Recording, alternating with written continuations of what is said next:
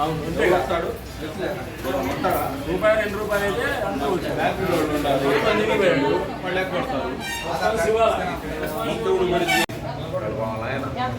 21,90,000 పెట్టాను.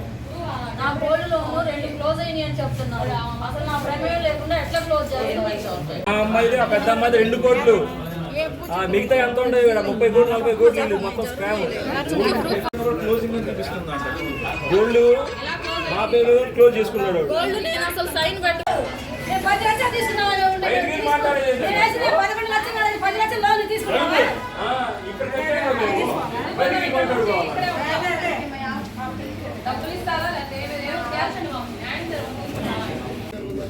సరే ఇప్పుడు ఎఫ్డీ చేసి మన దాంట్లో ఎఫ్డీస్ ఉన్నాయి, దీన్ని ఏం చేశారు? మళ్ళీ ఓడి తీసారా? మేము మాకేం తెలియదు. మేము మా దగ్గర ఉన్న కాగితాలు మీకు ఇచ్చాం, మేము క్లోజ్ చేసుకుంటాం, అకౌంట్ ట్రాన్స్ఫర్ చేయండి. వడ్డీ అంటే బ్యాంక్ నుంచి హలో సరే అట్లా మాకు అర్థం సార్. रिटर्न लेके दे देगा आपको, फिर ट्रांसफर करो मेरा मैंने। सर एक मिनट, डिपॉजिट नंबर नहीं इसमें भी नहीं है, एफडी नंबर ही नहीं है, हाई नंबर है ये वही बोल रहा हूँ। एक बार चेक करो सिस्टम में एफडी कितना है, शर्ट का वैल्यू कितना है। రైతు నష్టపరిహారం వస్తే నాకు 3 పిల్లలు ఉంటే ఇందులో వేసుకొని బతుకుతున్నాను. నా భార్య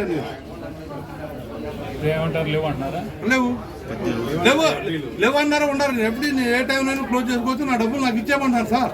బ్యాంకే కదా నేను క్లోజ్.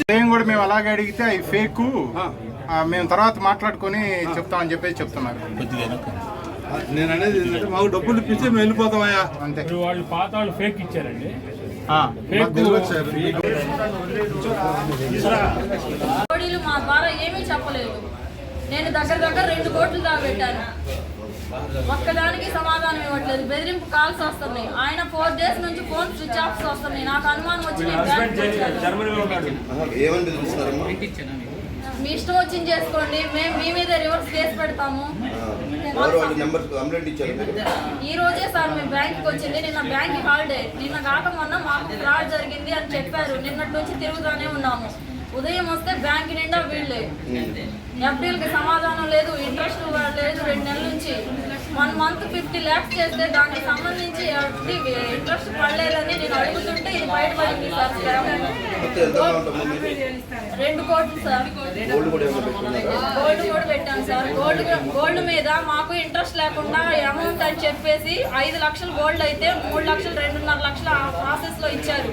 వాళ్ళు స్లిప్ వెనక పెన్ను మీద రాసి బ్యాంక్ స్టాంప్ వేసి సైన్ ఇచ్చి ఇచ్చారు. మెయిన్ పర్సన్స్ వచ్చి హరీష్, నరేష్, రేఖ.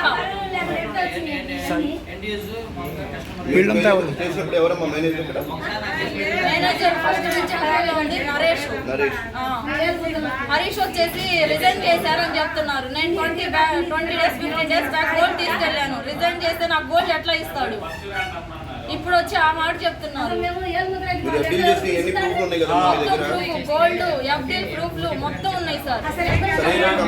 మొత్తం ఇక్కడ మాట్లాడుకుంటున్నాము, స్టేట్మెంట్లు ఇస్తున్నాము. ఇక్కడ నుంచి ఎక్కడికైనా వెళ్ళి కంప్లైంట్లు ఇస్తాము.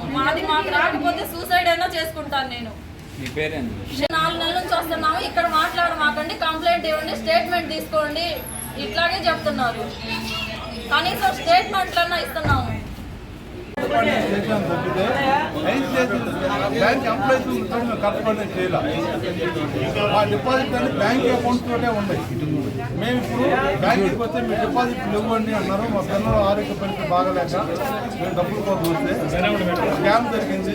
మేము ఎంక్వైరీ చేసి మేము డబ్బులు ఇస్తామంటే మేమేమంటున్నామంటే మా డబ్బులు మాకు ఇచ్చి తర్వాత రికవరీ చేసుకోండి అన్న మాట మేము అంటున్నాం. ఇక్కడ ఫ్రాడ్ చేసిన ఎవరైతే ఉన్నారో వాళ్ళు 3 నెలల క్రితం సస్పెండ్ అయ్యి ఉన్నారు కూడా. బ్యాంక్ నుంచి మాకేం మెసేజ్ లేదు. పైగా సస్పెండ్ అయ్యాడని చెప్పి ఈ మేనేజర్ స్టాఫ్ కూడా చెప్పలేదట. అతను రోజు బ్యాంకుకి వస్తున్నాడు, అన్ని డిపాజిట్ చేస్తున్నాడు, అన్ని అకౌంట్ చేస్తున్నారు, అప్లై చేస్తున్నారు. అసలు వాళ్ళెవరో మాకేం తెలుసు? ఇప్పుడు మాట్లాడినాను రేపు ఉంటాను. ఈ మేనేజర్ రేపు ఈ బ్యాంకులో ఉంటాడా, ఇంకో బ్యాంకుకి పోతాడు. సంస్థ ఇంపార్టెంట్ కానీ వ్యక్తిత్వాలు మాకేంటి? ఫీజు ఎంత ఉన్నాయి? ఇప్పుడు ఆయన ఉన్నాడు, మా బైపాస్ లో డబ్బులు వస్తే మా పిల్లలు చదువుకోవడానికి బ్యాంకులో అయిన తర్వాత ఇవాళ నాకు అవసరం వచ్చింది నా పిల్లలకి డబ్బులు ఇవ్వాలి. మేము అనేది ఏంటంటే మా డబ్బులు మాకు ఇచ్చేసి మీరు విజయవాడ దగ్గర కింగ్ఫిషర్ దగ్గర లేకపోతే బ్రాంచ్ షాప్లో మీరు తెచ్చుకుంటాం. ముందు మమ్మల్ని వడ్డీనేయండి సార్, మా డబ్బులు మాకు చెప్పలేదు కదా, మేము మాల్యాకి ఇస్తాము, మేము కింగ్ఫిషర్కి ఇస్తాము, తర్వాత పోతే మ్యాన్షన్ హౌస్కి ఇస్తామని చెప్పేసి మాకు చెప్పలేదుగా. డిపాజిట్ చేసేదా ఇవన్నీ మా వద్దు, మా కాగితాలు తీసుకొని ముందు మా డబ్బులు ఇవ్వండి. మీరు ఏదైనా ఇన్వెస్టిగేషన్ చేస్తారో కేసు పెట్టుకుంటారు, మీ పని డబ్బులు ఏమైనా అనుకుంటున్నారు? అది ఏమైంది మాకేం తెలియదు. వాళ్ళ బ్యాంకులు మీతో కూర ఏమంటారో నాకు తెలుసుదా, మా ఇంట్లో ఏమన్నా ఉంటారు, ఏం బిర్యానీ అన్నారు తెలంగాణ తెలుసా. ఇక్కడ బ్యాంకులు ఏం తెలియదు, మాకేం తెలుసు. బ్యాంకులు డిపాజిట్ చేస్తాం కానీ 24 గంటల కాపులో ఉన్నాం కదా. ఇప్పుడు ఏమంటున్నారు మీరు? మాకు డబ్బులు ఇప్పించేసి మేము వెళ్ళిపోతా ఉంటాం. ఎంత? 85 లక్షలు డిపాజిట్ మా కొడుకుది, నా కూతురుది, నా భార్య. అడిగితే వాళ్ళు ఏమన్నారండి? డిపాజిట్ లేదు, ఇన్వెస్టిగేషన్ లేదు, డబ్బులు ఇస్తామని అంటారు. డబ్బులు లేవంటున్నారా? అసలు డబ్బులే లేవు అంటున్నారు. డబ్బులు తీసుకొచ్చుకున్న ఆయనే మేము 3 నెలల క్రితం సస్పెండ్ చేసామని మీకు తెలియదని అన్నాడు. మీరు అన్ని మెసేజ్లు పెడుతున్నారు కదండి, అసలు సస్పెండ్ చేసిన మెసేజ్ కస్టమర్కి ఎందుకు పెట్టలేదని నేను అడిగాను. అదే సస్పెండ్ చేసిన వ్యక్తి రోజు బ్యాంకుకి వచ్చి కష్టపడి నడుపుతానే ఉన్నారు. మీరు ఎందుకు అనౌన్స్ చేయలేదు? అనౌన్స్ చేసిన కాల్ పెట్టున్నారు, ఏదో తేల్చిస్తామంటారు.